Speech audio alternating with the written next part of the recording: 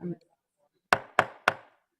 going to call together this regularly scheduled meeting of the Economic Development and Regulatory Services Committee for today, which is July 10th. I've been joined by council members Fletcher and Ellison. We're awaiting quorum, so I wanted to let you know what the holdup was, and as soon as we achieve quorum, we'll begin the meeting.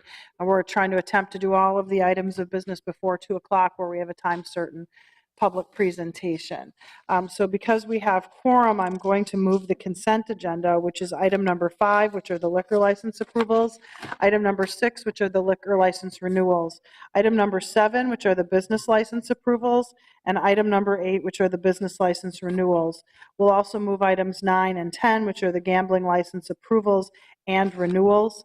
Items number 11 and 12 are referrals to staff on items that came to us from the city council meeting.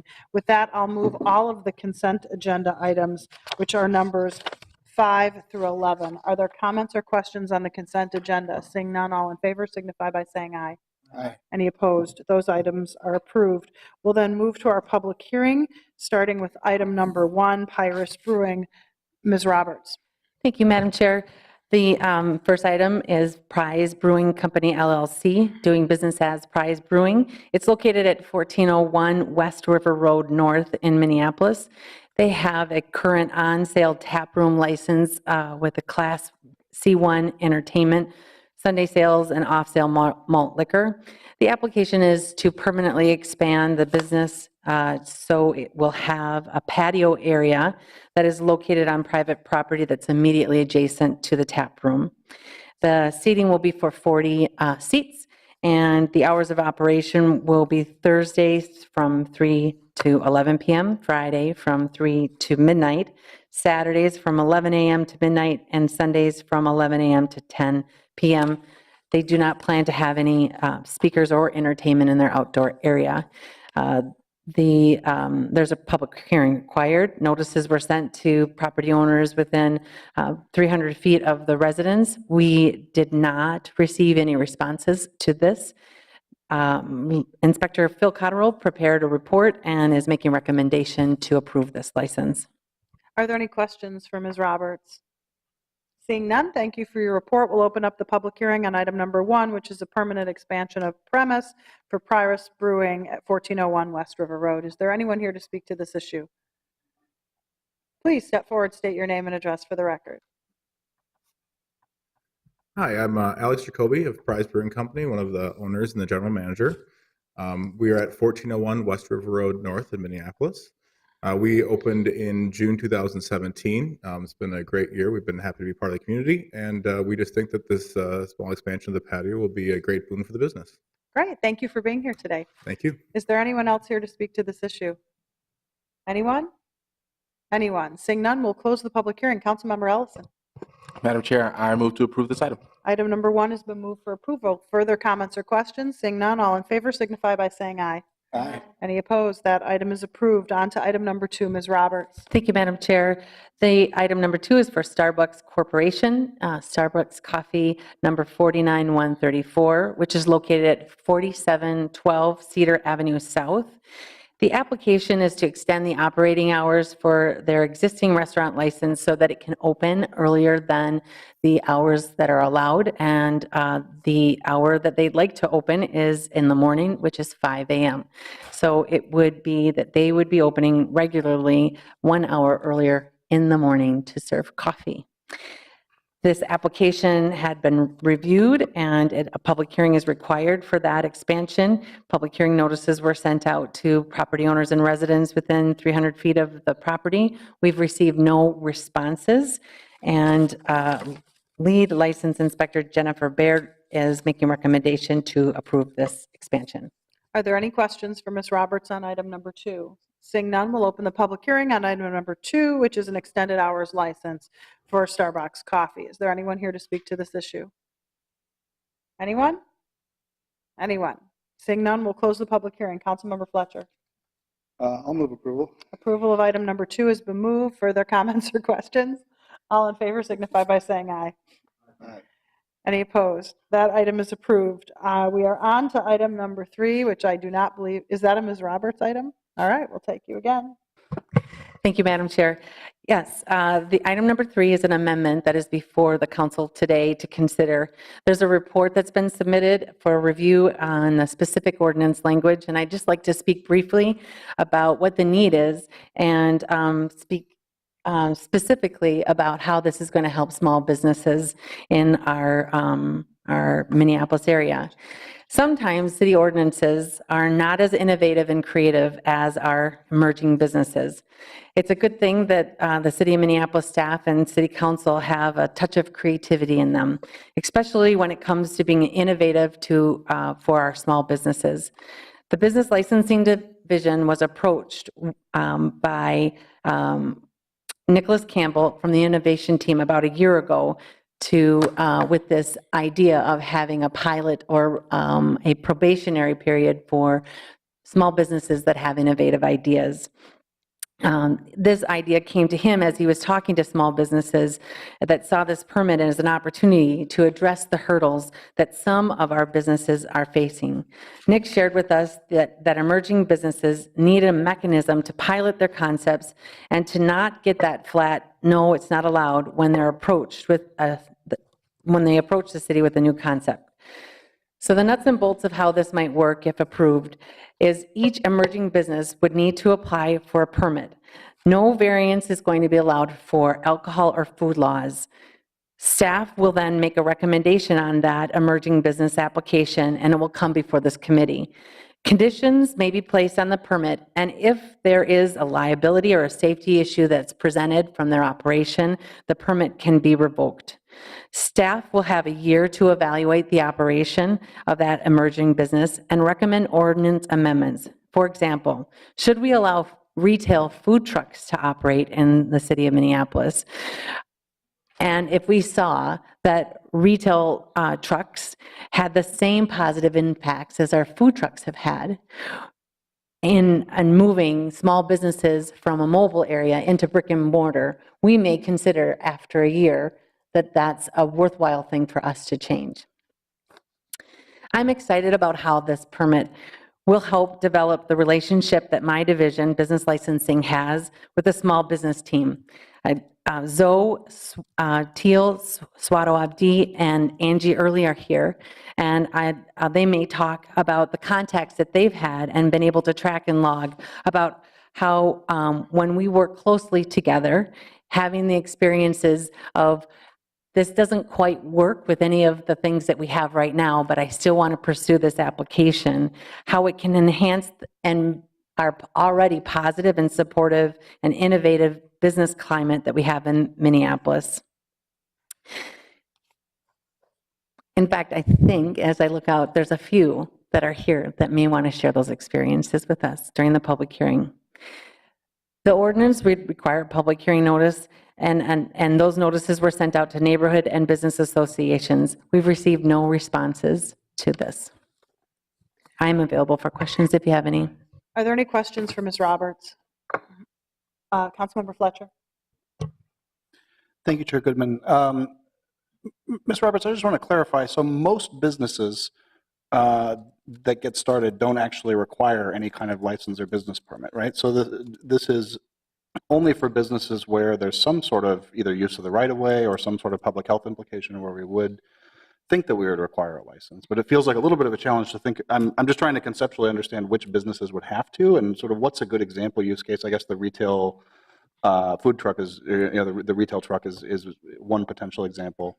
But it seems like most things, if they're outside of our licensing scheme, wouldn't need to apply for a license. So I'm trying to figure out what problem this solves exactly. Through the chair, yes, council member, there are so many license or businesses that don't require a license, and that we wouldn't be then using this permit to require them to get a license. But the retail truck is a really perfect example. The retail truck that had approached the city wanted to be able to go to festivals, operate at brew establishments and coffee shops in the same way that our food trucks do. But there are zoning requirements or ordinances that say you can't have outdoor sales, or an ordinance in the food truck that says you have to sell food.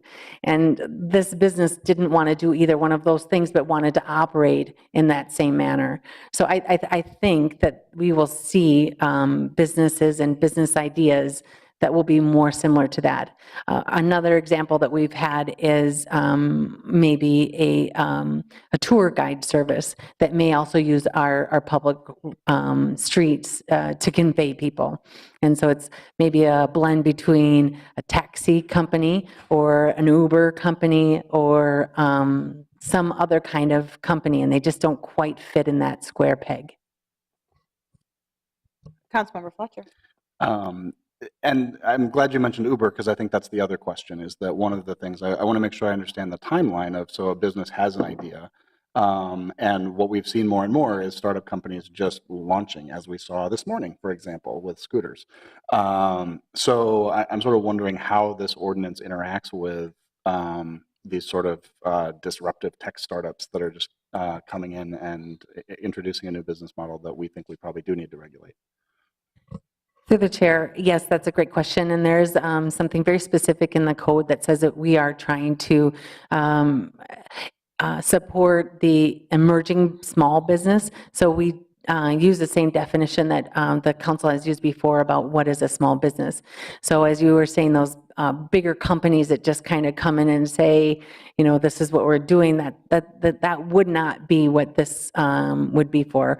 We're looking at the small business entrepreneur that is trying to make their way. A bigger company should have the opportunity and the wherewithal to research our codes and to affect change in a different way than a small business would.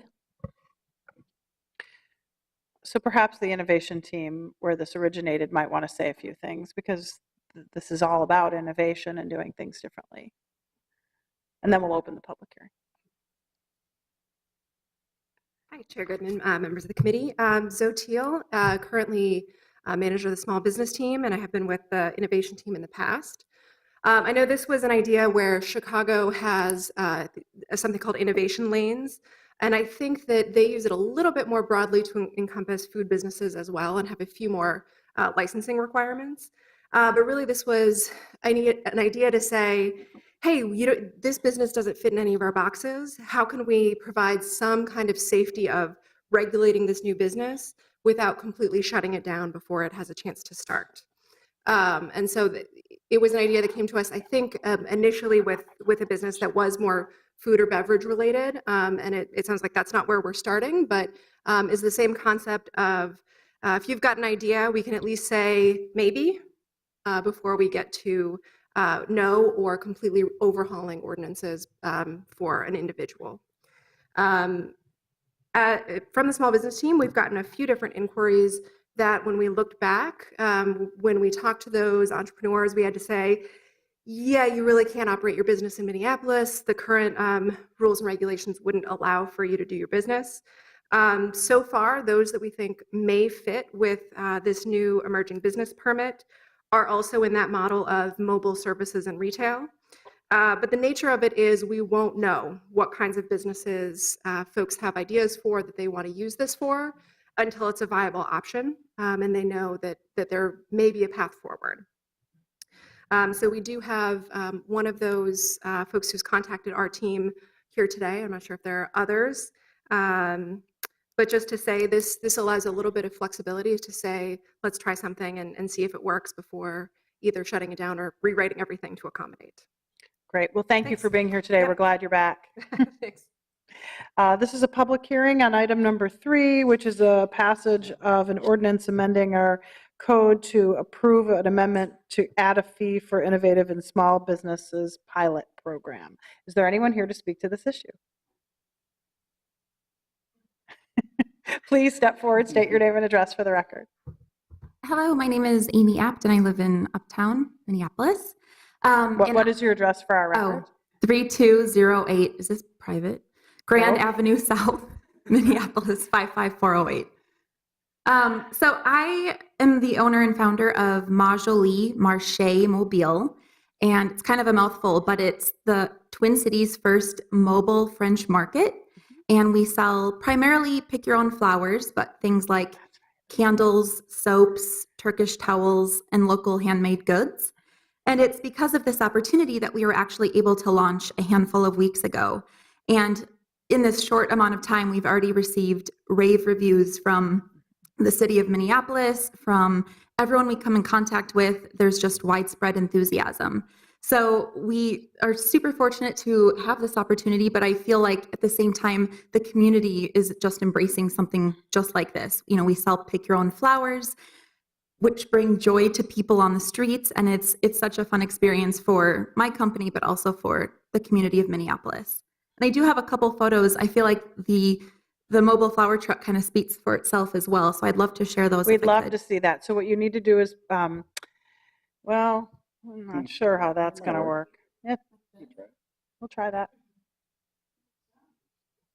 It's kind of close. Distorted, but it's a 1959 VW pickup truck. So it's got this vintage appeal. It's kind of eye candy as soon as you come across it. And then in the back, we sell the flowers. Let's see if that get a little better. It's kind of hard. But yeah, so it's just a fun little charismatic mobile flower truck that, like I said, brings joy to people. And without this opportunity, we wouldn't be able to run our business. So we're very fortunate. Well, great. Well, thank you for coming down today to help others be able to do innovative and new cool things. And thank you for doing that as well. Thank you, guys. Appreciate it. Is there anyone else here to speak to this issue? Please step forward, state your name and address for the record. Hi, my name is Ku Cheng. My address is 2815 Noon Avenue North, Minneapolis. So I'm here to speak. I have a business model that I want to share with you guys. There's many of these out there already. If you guys ever heard of Dent Wizard, they do dent repairs on vehicles with their mobile vehicle. So I want to copy their model, but then in Minneapolis here, they don't allow a mobile auto repair shop. Right. You would have to have a commercial garage to operate the shop. So I want to what I do is I repair dents as well with various tools, and the only chemicals or hazardous waste that I'm going to be using is denatured alcohol and auto polishing compounds. And that's very low in hazardous waste compared to painting a panel outside. And all the tools I'll be using can be stored in the trunk of an SUV or a large sedan.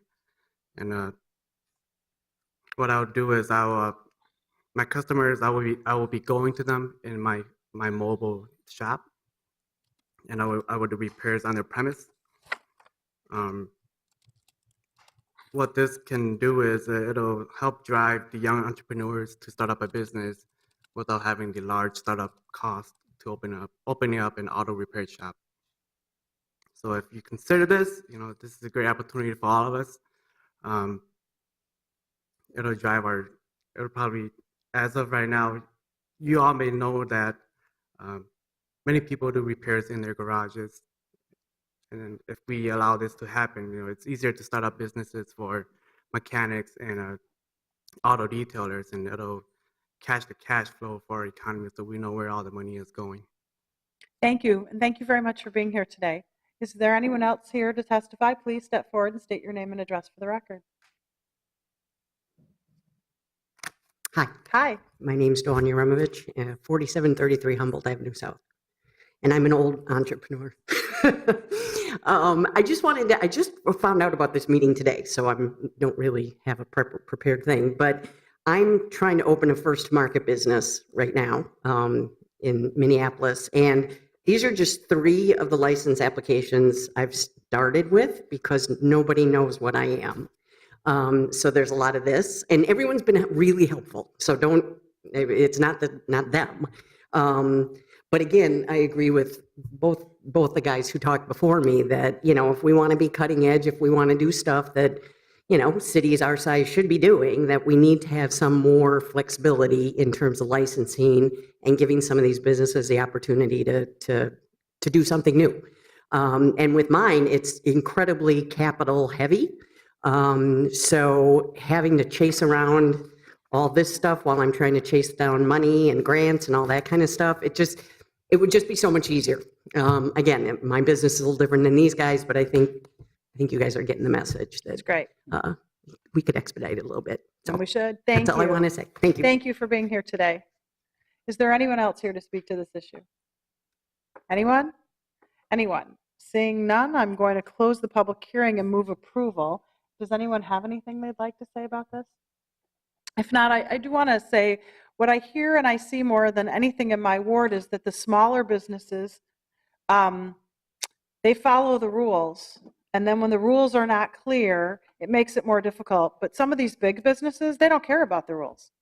I mean, the scooter thing is a perfect example. I saw about 20 of them on my way in this morning already blocking people's pedestrian ingress and egress out of buildings. They have the lawyers and the ability to just do what they want. And then we have small businesses, people who have really cool, unique entrepreneurial ideas who are afraid actually to implement their ideas, and then they don't have the lawyers and lobbyists and they don't have the ability to move forward. So I think this is a really great thing, and I very much appreciate the innovation team and small business team working to get us to this point, and look forward to hearing what you hear about this as we move forward. Councilmember Johnson. Thank you, Madam Chair and committee members. I appreciate having a moment to speak on this, not being a part of this committee, but I'm just so happy this ordinance is coming forward today, and really want to thank our staff for this. I want to thank our small business team, Linda Roberts, for all your work on this.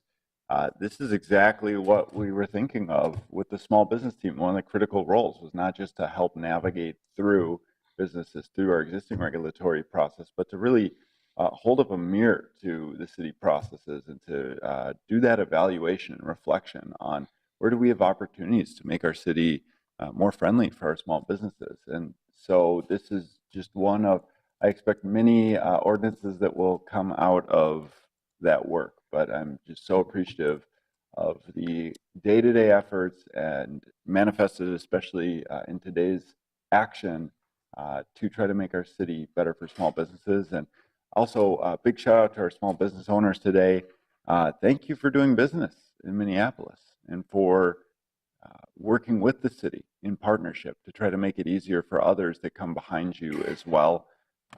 And especially Amy, I know you've been working really closely with our staff on this ordinance. So I'm glad to see your truck up and running. I saw you the other day out downtown. It looked really fantastic. And just, again, thank you all so much for what you're doing. We know the vast majority of jobs are created by small business owners, and we want you to not only start, but be really successful in Minneapolis and hopefully grow and inspire others as well with your success. Thanks. On the motion to approve the staff recommendation, all in favor signify by saying aye. Aye. Any opposed? That item is approved. Thank you all for being here today. We'll move on to our quasi-judicial public hearing, which is a rental license denial. I'm looking for staff on that. Thank you. Mr. Magrino, welcome. Good afternoon, Chair Goodman and committee members. I'm Nick Marino from Regulatory Services. Today we have a rental license denial for 5 properties that are on 22nd Avenue South. This particular case, the hearing officer is recommending that the appeal actually be dismissed as moot. The applicant in this case, Misco Holdings LLC, did quitclaim the properties back to the original owner, Equity Residential Holdings LLC, and so we had a very quick hearing back in May, and staff is asking you to adopt the hearing officer's recommendation that the appeal be dismissed. Thank you, Mr. Magrino. Mr. Fussy, do you recommend doing open and closing a public hearing, or what is the advice of counsel? Madam Chair, it is a quasi-judicial hearing, so it's not a public hearing, but it should be open to see if the applicant is present or his representative and would like to make any comment. Okay. Are there any questions for Mr. Magrino? Seeing none, thank you for being here today. We will open the quasi-judicial public hearing and ask if Mr. Morisco or any of Mr. Morisco's representatives are here today. Is Mr. Morisco or a representative of Mr. Morisco here today? Last call. Mr. Morisco, if you're here, this would be a good time to speak up. Seeing that Mr. Morisco is not here, I am going to close, yes, I'm going to close the quasi-judicial public hearing then and move Mr. Magrino's recommendation that we dismiss. Is that correct? Mr. Fuzzy, you don't want us to outright deny? Madam Chair, I think it's appropriate to just move the staff recommendation to dismiss the appeal as moot. Okay, the motion will be to dismiss the appeal as moot. Comments or questions on the motion? Seeing none, all in favor signify by saying aye. Aye. Any opposed? That item is approved. So the last item we have before our presentation is item number 14. Mr. Terrell, who's doing the report on item number 14? On 927 West Broadway. Do you think you can do that really briefly, or do you want to wait until after Mr. Coxon's report? Would your team stay for Mr. Coxon's report anyway, or would you like to be considered first so you don't get hung up in that? What is the preference of the applicants?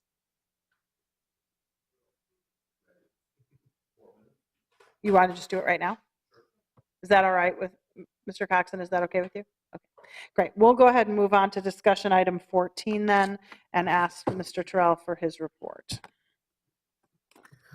Thank you very much, Madam Chair. My name is Jim Terrell with the Business Development Division of CPED. Before you is a request for approval of granting exclusive development rights to actually the 927 Building LLC, the 927 West Broadway LLC, or a related entity is in the report before the committee, and they will be using multiple single asset entities, and the one that will be used for this particular project is actually titled the 927 Building LLC. I just wanted that reflected in the record. Also to authorize staff to negotiate terms for the sale of the land and for a redevelopment agreement. The project is one we're very excited about. We have a long history with the ownership of 927 and 931 West Broadway. We have roofs to be fixed periodically and air conditioning units, and so we're glad to have a possibility now with this proposal, this exciting proposal, to have this building activated and back on the market. The background indicates that there are 3 phases to this proposed development, and the first one, phase 1, is the renovation of the 927 West Broadway building. The partnership will be adding a 3-story addition to the rear of the building. It'll serve as the offices and headquarters for 3 of the development partnerships, 4 partners: the new headquarters for the J. and Rose Phillips Family Foundation, the new headquarters for Tri Construction, and an expansion of the business activities in North Minneapolis by New Rules. We won't speak much other than answer questions on phase 2 and phase 3. They are later in the process, but to the extent that you have questions, we'd be happy to respond to those. We are, again, very excited. This was as a result of an RFP process that began earlier this year, and we had a fair and open competition. We received 4 proposals. This was unanimous by the internal review committee as the strongest and the only one that we would put forward for recommendation to the neighborhood groups. Both NERC and WBC were able to see presentations and support this proposal and this development. We were not able to meet with the Jordan Area Community Council, but will do so as a part of the ongoing process in sharing the final design. Representatives from the various aspects of the partnership are here, from the Phillips Family Foundation, from New Rules, and from Tri Construction. And Appetite for Change is not here, and they're not involved in the 927 aspect of phase 1, but would be involved in phase 2 and possibly phase 3. I'll certainly stand for questions, and they are ready to briefly discuss this exciting project. Are there any questions for staff? Seeing none, we'll see if anyone from the project team would like to say a few words. And if you would, please come forward. Madam Chair, Council, thank you for this opportunity. I am Calvin Littlejohn with Tri Construction and the rest of our team, Patrick and Chris with New Rules. I think what's exciting about this project for us is that as we look at a redevelopment within North Minneapolis, it allows 2 existing business owners and as well residents of North Minneapolis to redevelop a building and then make that our headquarters and then with a powerhouse like the Jay and Rose Family Foundation, which is looking to move to North Minneapolis. And as we redevelop this, it allows Chris's organization and mine to also have a headquarters, but more importantly, to have ownership inside of a building and a development. So as the narrative of change coming to North Minneapolis, this project represents that existing residents and business owners within North Minneapolis will not be excluded, but included in this process. So thank you for this opportunity. Thank you for being here today. Is there anyone else who has something they'd like to present or say? No? Okay. Well, thank you very much for your report. I will call on Councilmember Ellison. I'm going to keep it really brief. As we're looking at development coming to North Minneapolis, I think, new things are great, right? We all like to see new things. But to Calvin's point, seeing a space, seeing existing residents, not just existing business owners over north, but existing residents as well, go into a space and instead of tearing down, building a new, renovating an existing structure right there on one of the on our major boulevard in West Broadway. I'm incredibly happy to see that. I'm really excited by the work that you guys are going to be doing, and also just want to thank the Phillips Family Foundation. Not only are they involved in this project, but have also been a major part in getting the Black-owned credit union off the ground as well. And so there's a lot of really important work happening, and I'm happy to see you guys moving to North Minneapolis. So thank you. On Councilmember Ellison's motion to approve, all in all in favor signify by saying aye. Aye. Any opposed? That item is approved. We'll then move on to our remaining presentation, and I want to see if would like to see if Ms. Brennan would like to do the introduction.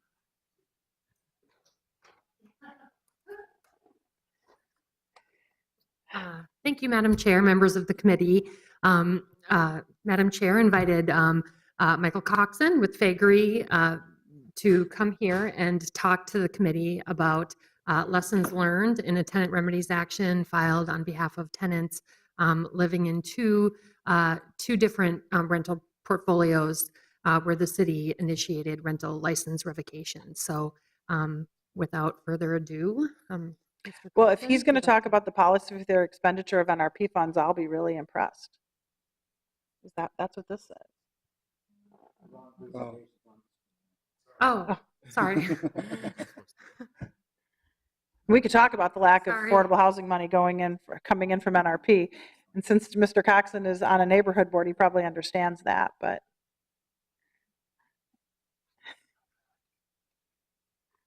It's okay, just take a break, get the presentation queued up, that's all good. I'll note we've been joined by the city attorney, Susan Siegel, the regulatory services director, Noah Schuckman, the CPED executive director, David Frank, and Mr. First from the Star Tribune. Anyone else in the room who would like to introduce themselves can feel, oh, and the civil rights director, Velma Corbel. Would you like to introduce yourself? That'd be great, go ahead. No, we're waiting for them to. Well, hi, my name is Takar. I'm Is the it- legal aid and tenant outreach coordinator, and I'm also a Thank you for being here today. Anyone else?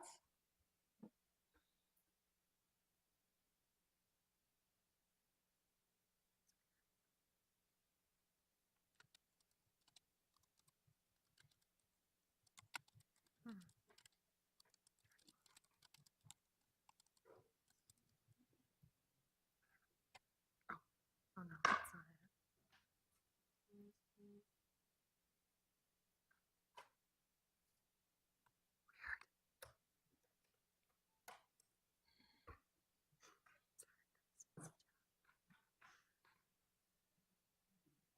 Oh. Yeah. Perfect. Mr. Coxon, welcome. Oh, excellent.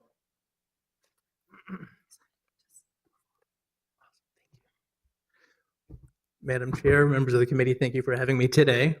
As you may know, our firm has a long-standing tradition of representing tenants in property disputes with their landlord in a variety of contexts. And I thought it might be worth your time today to hear a little bit about some lessons that I've learned as an attorney in doing some of this litigation that if I were you, I would want to maybe hear a little bit about. I'm going to assume familiarity with the general litigation. If somebody would like me to spend a few minutes talking about it at a high level, I'm happy to do that. I think it would be good if you would do Okay. that. So in 1996, in my third year of law school, I started working at a landlord-tenant clinic. So my third year of law school, every Friday and Monday was spent doing that. And it's something that I've been really focused and passionate about ever since, it being such a critical need, both in Southeast DC, which is where I started, and in various pockets of Minneapolis as I live here today. So about 2.5 years ago, we were approached by a neighborhood organization who were aware of some tenants who were not living in exactly the best of circumstances. So we started a single tenant remedies action on behalf of the neighborhood organization that led us down a path of what I thought was going to be a 2 or 3 day trial to try to just fix a simple building, get the pests out, get some of the other challenges dealt with. What it turned into would be a class action lawsuit that we would file not quite 2 years ago. And what we learned and what we discovered is that back in 2012, when the city had revoked 3 rental licenses held by Spiros Zorbalis, instead of the appearance that was created by Mr. Zorbalis and Mr. Friends, Mr. Zorbalis had in fact retained an 80% ownership interest in the ongoing portfolio of approximately 60 buildings. And we concluded that that probably was not consistent with the city's ordinances in terms of him having a valid license. And our investigation developed the legal theory that these licenses had in fact been procured by fraud. And under at least one legal theory, they were void ab initio. And if they were void ab initio, then he had absolutely no legal right whatsoever to collect rent from tenants for a period of about 5 years. And at 60 buildings for 5 years, we're talking about 5,400 or so tenants who've been paying rent that they weren't legally obligated to pay. So that formed the basis of the tenant remedies action. We've also done a lot of satellite litigation, both with Mr. Friends and some other folks that have come in to purchase some of his properties, and we've also done some work on the Con portfolio in North Minneapolis. So this is an aggregation of thoughts we've developed at Faegre on the work that we've done and what we've seen that might be relevant for you. So one of the surprising elements in the litigation was there were 3 distinct areas of city action that were used affirmatively by defendants as somehow the city blessing the condition of various units. So for example, in one case, the original TRA case that we had at 3057 14th Avenue South, the defendants actually held out the notion that there were no open housing code violations as somehow a clean bill of health being issued by the city. Now, it wasn't terribly hard to point out that just because I didn't get a speeding ticket today doesn't mean I didn't speed on my way to work. So the courts are savvy to not, get that, but it was a surprising sort of unintended consequence of some of the housing code violation processes that were in place. So for example, at the time we took the deposition of one of 2 city inspectors at the time, he didn't have physically the resources to go back and re-inspect. So he would take a call from a landlord or a faxed invoice suggesting that certain repairs had been made to then go ahead and close out that particular housing code violation. And it was a particular challenge in pest control because oftentimes a single treatment isn't going to fix the problem.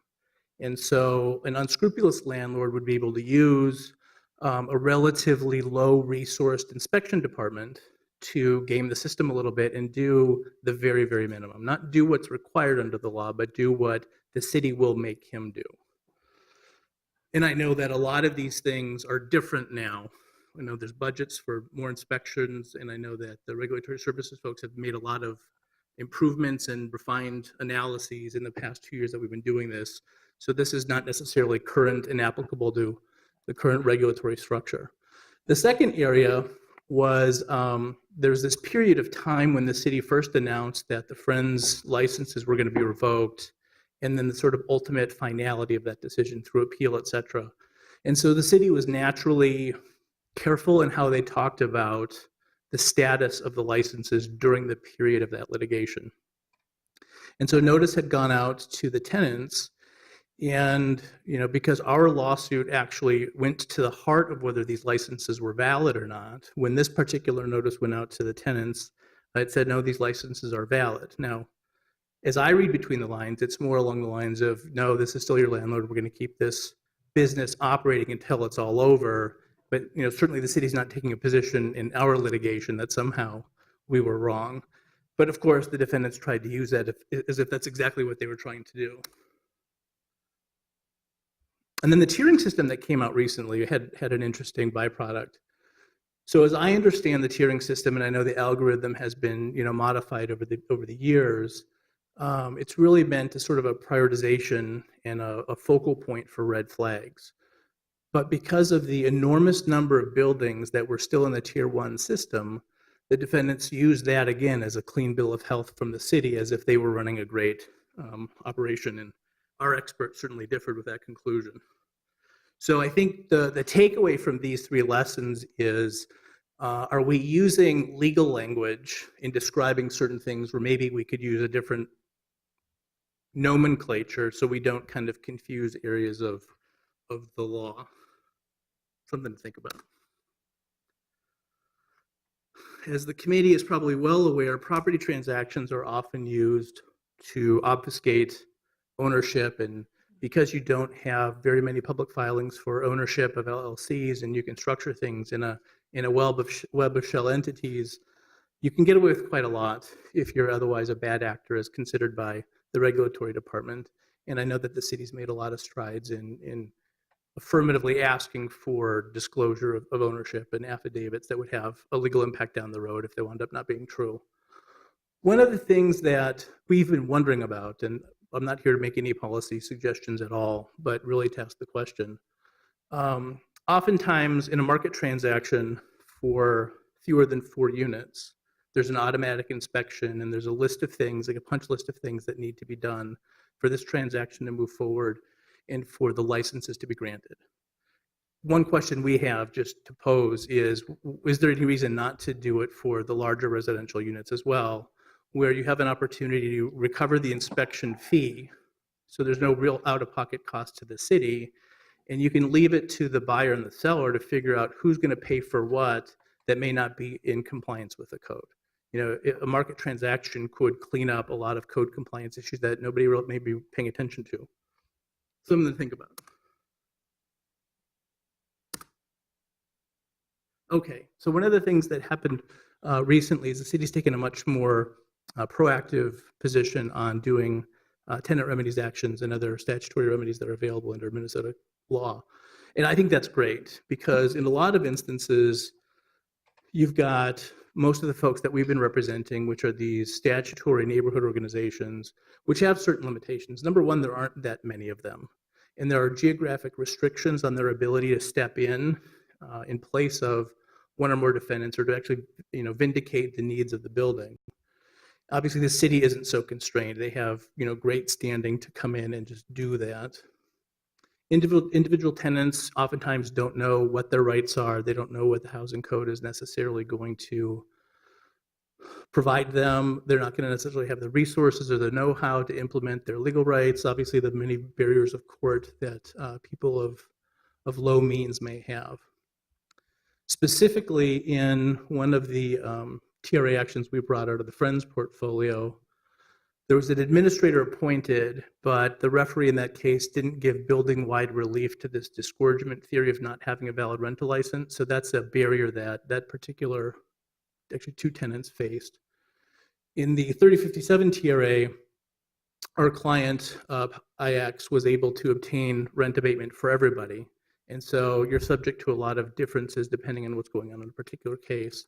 The city just doesn't face those hurdles. The city gets to go in, and I would argue and suggest that litigation is a natural tool in the regulatory and enforcement toolbox that the city has available to it, and I'm thrilled to see them doing the things that they're doing now in some of these cases.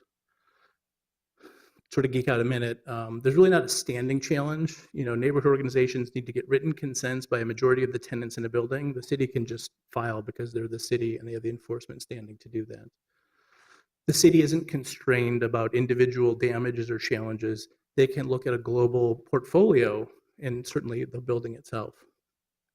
There's great support for the city and any, frankly, state actor to get restitution for whatever is appropriate. So we have all these rules. We have great ordinances. They say great things. We have great state laws. They say great things. But implementing them effectively to affect a total solution to cases isn't always easy. And my partners can tell you from the amount of pro bono hours we've put in the last 3 years and other hours on this class action that that's just true. Administrators are a wonderful remedy that's available under a number of different statutes. They get to come in place of a bad landlord and do the things that need to be done. They get to hire professionals. They get to get it up to code. They collect rent. They evict tenants who don't pay. They operate functionally as a landlord. The challenge that we've found is sometimes the rent associated with that particular building isn't enough to finance what needs to be done. And in the Con portfolio in particular, the referee in that case affirmatively asked the administrator to determine if these structures were economically viable. And you probably are well aware of the fact that the administrator came back with the answer of no, and people are now trying to implement a plan on dealing with what that means, either by relocation or some other acquisitions. There is a revolving fund at the city. There are philanthropic avenues available to provide short-term funds or a longer-term commitment. Those get tapped pretty quickly in a large unit building. And so one of the things that we found in one of the Friends offshoots was that the title was clouded. So even though we'd been able to go ahead and find a lender, a philanthropic lender who was prepared to hand over the money, and all they wanted was a security interest to satisfy that obligation should things go south, cloud of title created challenges. So if you've got somebody who's deep into creditors or who isn't economically viable, a traditional finance mechanism just practically won't be available. Okay, this is the big one for me. I didn't know before this case started that children are canaries when it comes to lead paint. I didn't know that lead paint violations issued by the Minnesota Department of Health or the city of Minneapolis or the EPA for that matter are generally preceded with a kid who's already too late. What happens is a kid gets infected. The blood levels are past whatever the number is, and they're at a doctor. And they're having whatever developmental problems that they're going to have, and all of the things that are going to drastically change the course of their young lives. And it's at that point where things get reported up the chain and the appropriate regulatory bodies go out and look at the school, look at where they live, and try to figure out where did this child get exposed to lead. So in January of last year, Mr. Friends had 2 buildings that had been cited by the city for lead violations, both of which were preceded by sick kids. And so, one question, we have is the number of instances are not clear. I know there's a lot of articles that have come out in the last 6 months or so about where in parts of Minneapolis are more and less affected by this. But when you consider the gravity of the impact of a single case, devastating or drastically changing somebody's life, it's worth thinking about. So some dorky regulatory stuff. If you have buildings that are pre-1978 construction, and much of Minneapolis has that, they are presumptively by law assumed to contain lead and asbestos. So what does that mean? Well, it means you have to test. So if you're going to disturb 6 square feet, which is like 2 by 3, right? And I have rambunctious boys, and they can break into a wall that big, no problem.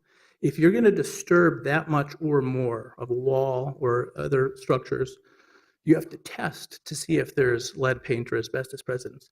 And if you don't, and I'll tell you, most people don't, but if you don't, the law presumes that it's there. You have to assume that it's there if you don't test, and the tests are cheap, and they're easy to do. But you have to be trained and licensed to do them. So if you don't test, it's got lead and asbestos. So what do you have to do? You have to use special sheeting, you have to use special breathing apparatus, you have to hire a licensed contractor, you have to dispose of the materials in specific landfills. You can't throw them in the regular dumpster. There's a whole bunch of stuff you have to do. And if you don't do it, you can create huge problems. And the problem with asbestos is I'm not going to know, and you're not going to know if you've been exposed to asbestos until 40 years when you develop horrible respiratory problems. So in the middle of our class action lawsuit, we got a call, and somebody had reached out to a client and said, you know what, I used to work in a friend's building. They paid me cash. I wasn't legal. I wasn't licensed. And we remodeled the entire building. It was a 100-unit building. And there were no building permits. There was no dumpster outside. Nobody had the proper breathing apparatus or the safety equipment. So this is where the technical stuff gets hard for me. Here we go. Okay. So I'm going to show you two videos, and this is what the worker had captured on his cell phone that we submitted to court. So this is on the 9th floor of 316 Oak Grove. Apartment 905. What do we have here? All the trash.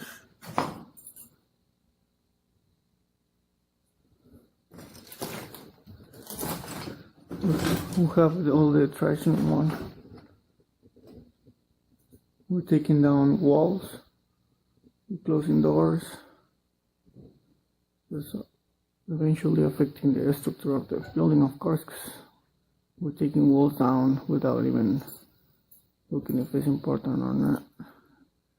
This is where they keep all the trash.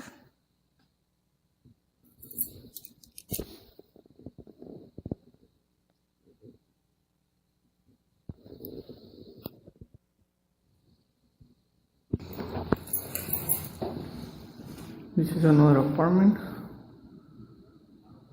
You guys can see some of our tools that we have. There was a door there, we took it off.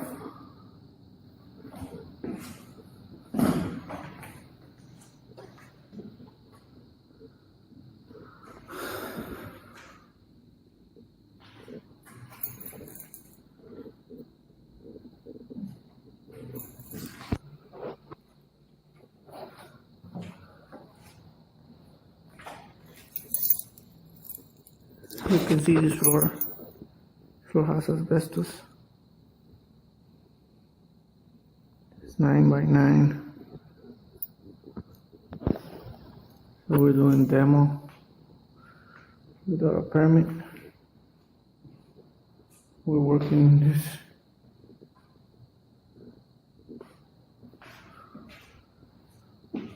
They're taking off the stoves and working with the gas lines and plumbing and electricity without a license, which is illegal.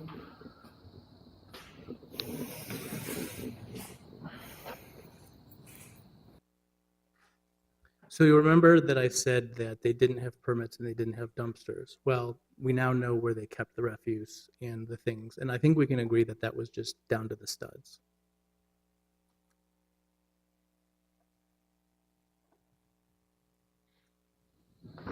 This is another apartment. This is 901. We just were in 903, and then the first one I show you is the big one with more trash, 905.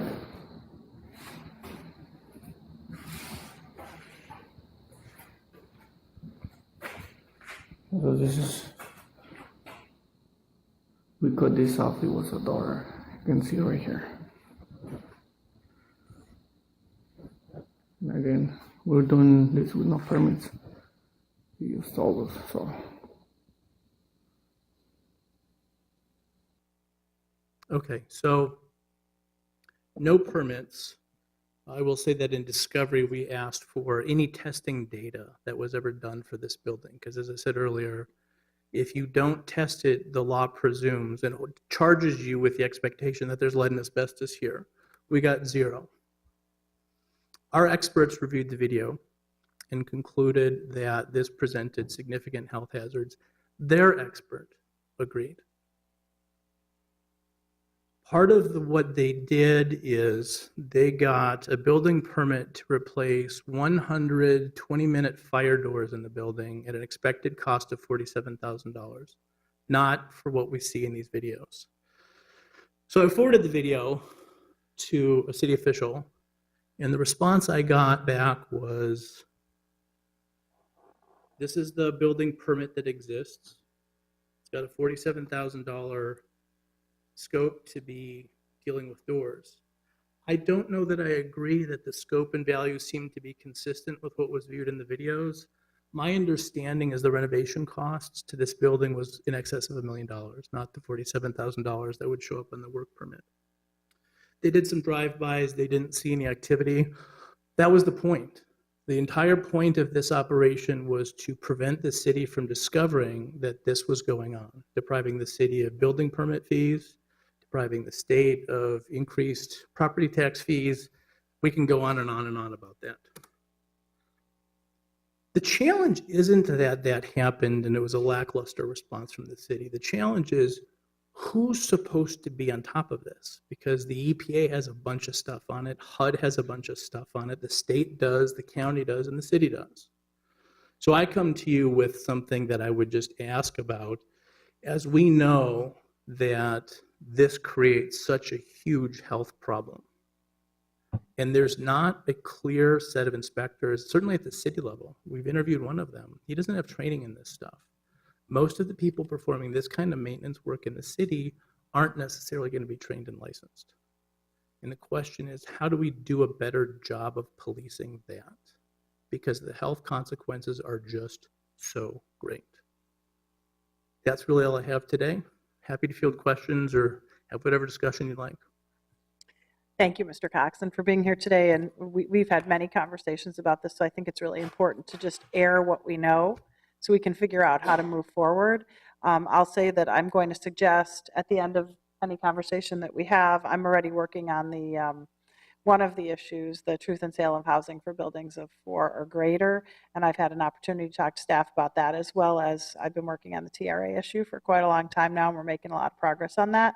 I know Councilmember Gordon has shown a lot of leadership over time on lead issues, and so I don't know, those 3 efforts I think we're going to get underway as a result of what you have suggested. I'm not sure we need a formal motion in order to do that when there are council members who are very passionate about doing that work. But I very much appreciate your work. As you know, 306 is in my ward, and I was made aware via video, and I did pass that on to staff, and we got the same response. So it's of concern to me that we are being treated like this by landlords, and I think we need to make some changes in this regard. So thank you for being here. I do have hard copies of the presentation if you want me to leave these behind. I would like you to leave them behind if you would. And I also just want to note for our leadership staff too, this is not any kind of negativity or indictment about the job that the city's done, and you shouldn't take it as such. No one up here is mad or angry or screaming that there's some sort of giant problem that has to be solved. These are some very targeted interventions that I think everyone would agree would be good. I mean, I don't think anyone has been pushing the TRA thing more than Susan over the past 2 years. So we're not getting resistance from staff, but I think it's important to daylight what's going on so that this does not happen again. And poor Mr. Schuckman's been through this with Spiro Sabalis and then with Steve Friends. I think he probably has stress from dealing with this in the first place. So if we can get to the point where we're not dealing with these problems in the aftermath, but at the beginning, I think we would all be better off. Well, and I would just add that the challenge, of course, is, the rules that are on the books work best when most of us do what I think most of us do. We try to follow them. And if we color outside the lines a little bit, we deal with those consequences and move on. When somebody's prepared to come in and completely obfuscate ownership and activity, that's really hard to detect. And frankly, that's where I find that private litigation winds up being where some of these really, really big problems first surface, particularly when somebody's willing to lie, cheat, and steal to get away with it. Right. So Councilmember Gordon. I just want to thank you for putting this on the agenda, and thank you for coming in and sharing this information. I think this is really valuable and offers lots of good insights. Hopefully we can even get the electronic version of the presentation. I will leave the thumb drive so we behind. can post it on the agenda so then that people can go back and review some of those recommendations.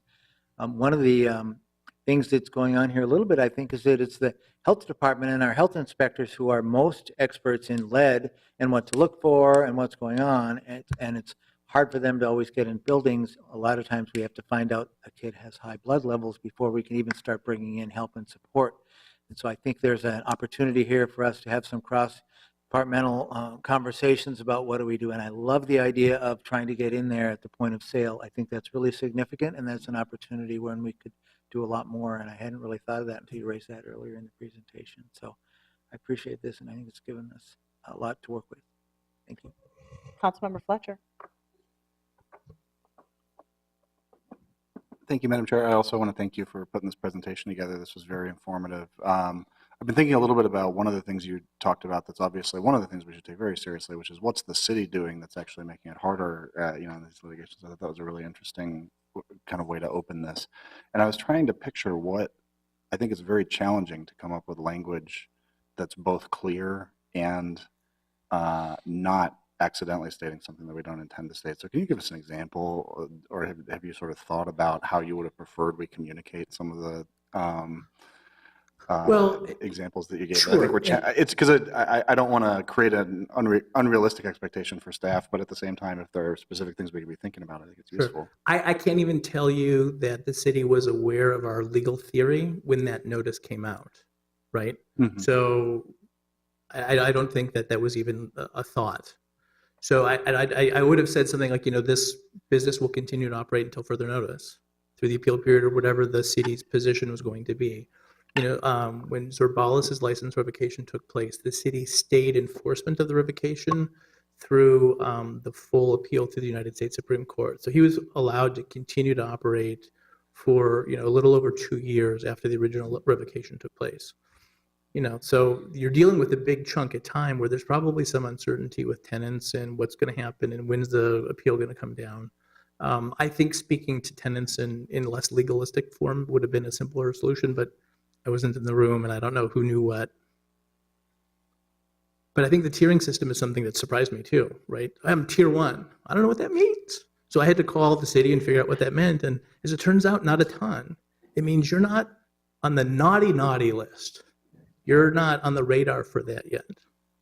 So I don't know that I have a suggestion, but it was sort of funny to see that those hurdles presented themselves.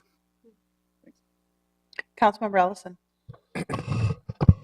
Yeah, Madam Chair, thank you for the presentation. I'll just reiterate that. And thank you for coming and giving this presentation.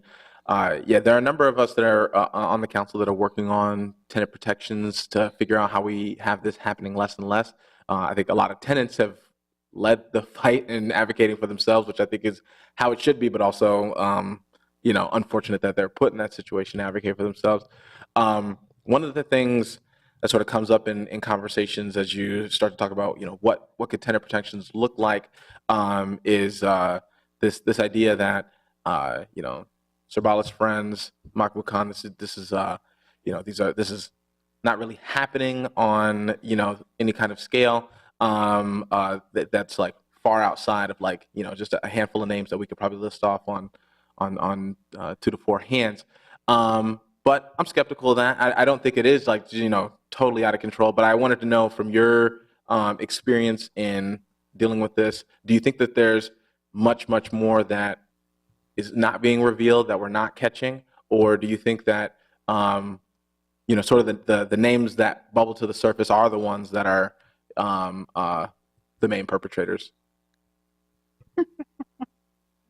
Let me start with this observation. I think it's happening nationwide and at a huge scale.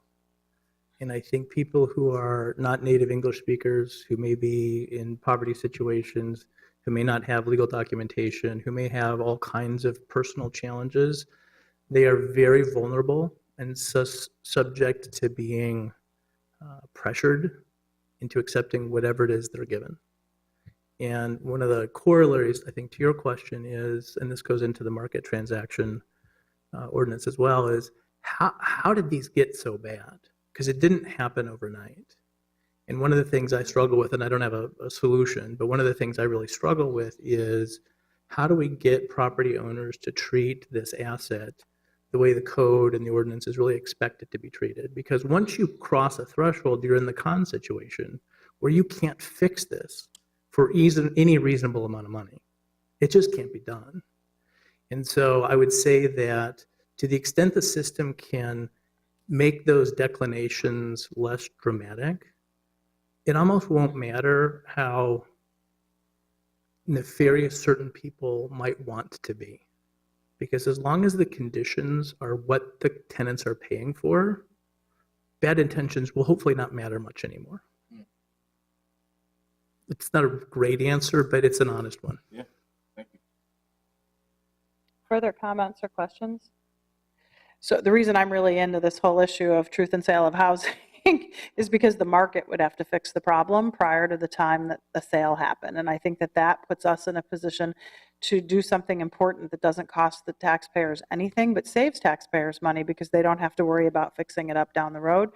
And I was here right at the beginning of truth and sale of housing when it went into place for single family residents. I would actually argue those are the ones that least need it, because these are people who can make the purchase of a home on their own that a bank will follow through with. They're slightly more savvy, whereas there are many barriers to a lot of renters and a lot of landlords who know that and prey upon that. So that's something I'm really interested in trying to work through right away after we finish our Section 8 litigation changes, but we will be working on that too.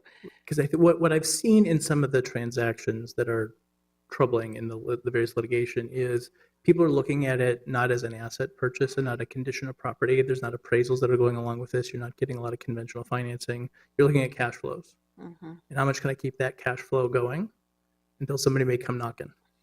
And I don't think that's the analysis we want to have property owners engage in. And I don't think the changes that would be necessary to put it back into an asset valuation analysis are that tricky.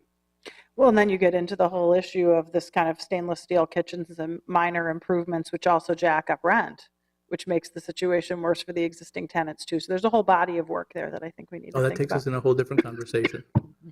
So I just wanted to see if anyone on our leadership team who was here wanted to say something. This is not a rebuttal, by the way, or a condemnation of the city, but some ideas about what we could do to move forward. And I think that's the appropriate thing to do. I mean, when we have experts in our community working for free, basically for us, you're not working for free, ultimately. We should, dwell upon what you're doing and try to use that expertise in order to better fashion a way for the city to deal with these issues too. So I don't want this to be seen as a negative towards our city staff, and I don't want them to feel that they need to rebut what you're saying. And I certainly didn't intend any. But hopefully, because they're here, and I mean, when you have the city attorney, the reg services director, the director of CPED, the civil rights director, the deputy city attorney here, I think we should just see if they have anything they want to add, since they've all been passionately working on this as well. But thank you so much. And did you want to introduce your team who's here today? So I have Adam Nodler with me and Jody Boderman, both from Figure Baker Daniels. Thank you so much for your service. Ms. Siegel, did you get deputized to speak on behalf of everyone like the city Madam attorney Chair, always members, does? Susan Siegel, thank you, Madam Chair. I want to thank Mr. Coxon and his wonderful group of lawyers. This is not the first time that FAGRI has come in on a pro bono basis. I remember the TJ Waconia tenant remedies action where we were able to get a result there.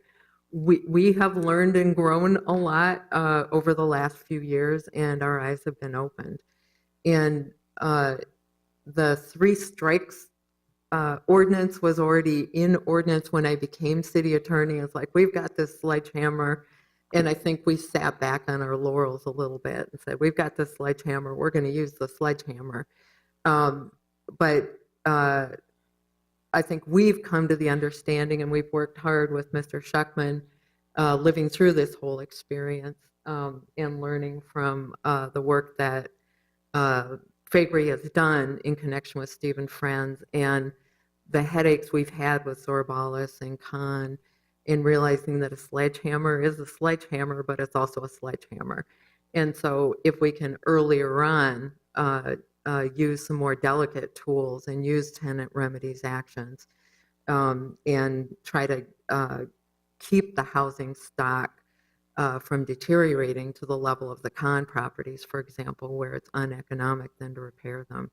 And we certainly are committed to that. I know all of us city staff into learning and doing better in this whole issue of housing and affordable housing. I mean, it is a huge issue, and it is being placed, right on your shoulders as policymakers, as the federal government has completely, I'm not completely, but continually reduced their investment, which is outrageous. And, the state also probably has not stepped up to the plate here, leaving a lot of it on municipalities. Well, thank you all for participating in the presentation. As those of you who know me as chair know, I'd give any presentation about 8 minutes. So the level of importance this is to me as chair, and as I hear it from my colleagues too, who I'm working with, it's not just about building, preserving, maintaining affordable housing. It's also about the regulatory structure that's in place as we move forward with affordable housing. And we have an opportunity on this committee to really make some positive change to help people who are already living in this housing and need to be living in better conditions, so we don't have to have FAGRI representing them in the future. So if anyone on the committee is interested in the issues I brought up, and I know Councilmember Gordon, I'll assume he'll be working on the lead issue, why don't we talk privately about what the next steps will be. But I want to thank you for being here today, and just see if anyone else has any closing thoughts or questions. Seeing none, I'll move to receive and file the report on the tenant remedies actions against Mahmoud Khan and Stephen Friends. Further comments or questions? Seeing none, all in favor signify by saying aye. Aye. Any opposed? That has been received and filed. Seeing no further business before us, we are adjourned.